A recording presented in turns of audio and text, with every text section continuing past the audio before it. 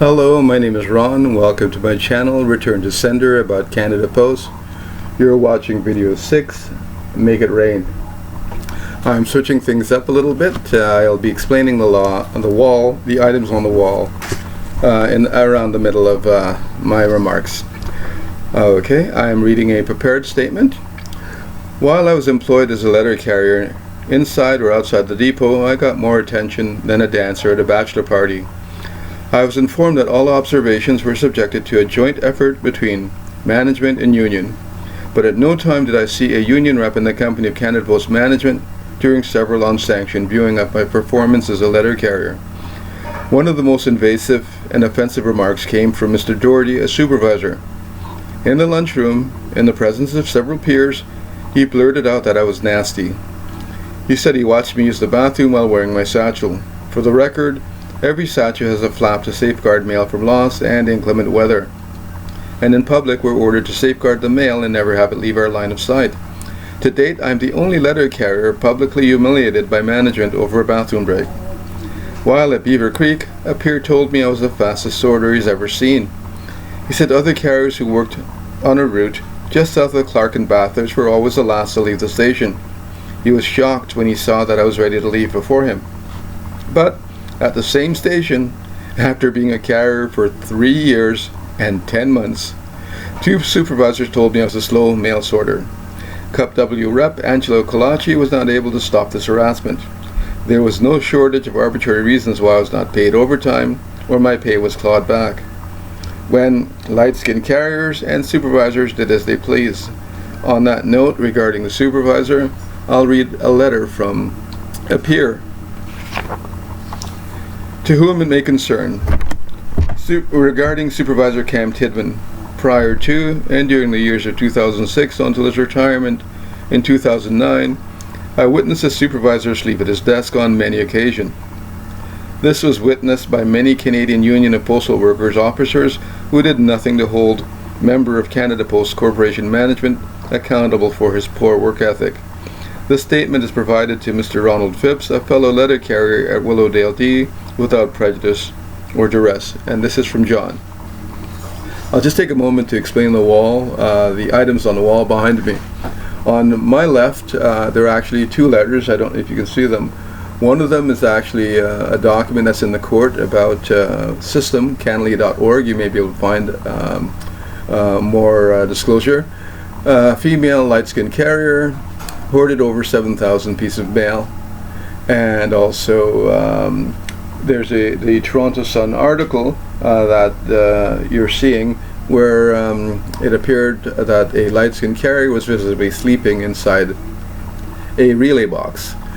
On my right, there are 2 letters that are quite libelous. They are, in essence, offensive letters about my performance as a letter carrier. And one is so really underhanded that the supervisor actually ordered me to arrive 30 minutes before my official start time, and he actually has that in writing. That's just how cavalier the abuse was, that he would even put in writing that he ordered me to come into work early for a reprimand, and which was really strange. I had just got back from dental surgery, and this was in pain, and this man was harassing me over being away. Just back to where I was, back to my statement. Because light-skinned carriers are less scrutinized than myself with my dark skin, postal workers like Kia Waghorn are free to hoard over 7,000 pieces of mail in their vehicle or residence. This is not isolated. A light-skinned driver at Willowdale D, also very active in the union, hoarded a substantial amount of mail for my station before it was discovered. I exceeded company standards every single day and was treated like the stereotypical lazy black man looking for a handout by Canada Post and Cup W. Nothing could be further from the truth. Because of my 12-hour plus work days, chronologically and technically based on the mail, I was forced to give up my home-based personal training business and stop working part-time at call centers and a video store. The worst opportunity cost came after someone from Canada Post made a false statement to the police and really rained on my parade. On that day, just before officers arrived, I was on top of the world. I prospected a financial company that wanted to order 1,000 copies of my self-published book, Gulf Gems. Their branding details was going to be added to the back page. This is my self-published book, and the company wanted almost 100,000 copies.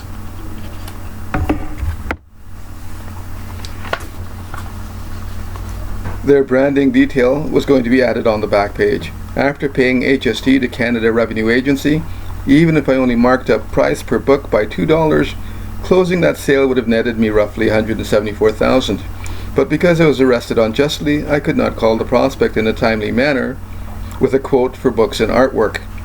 Because I'm honest to a fault, I told the prospect why my call was late. The company declined moving forward with the sale because they shared to effect, financial companies have great fiduciary responsibilities, and even the smallest, most incidental bit of news can derail public trust and profit. Canada Post is liable for the loss of that sale plus settlement of all outstanding grievances. Some grievances are over 10 years old. Try telling your bank to wait 10 years for a mortgage payment. More on how to defend your rights in the next video.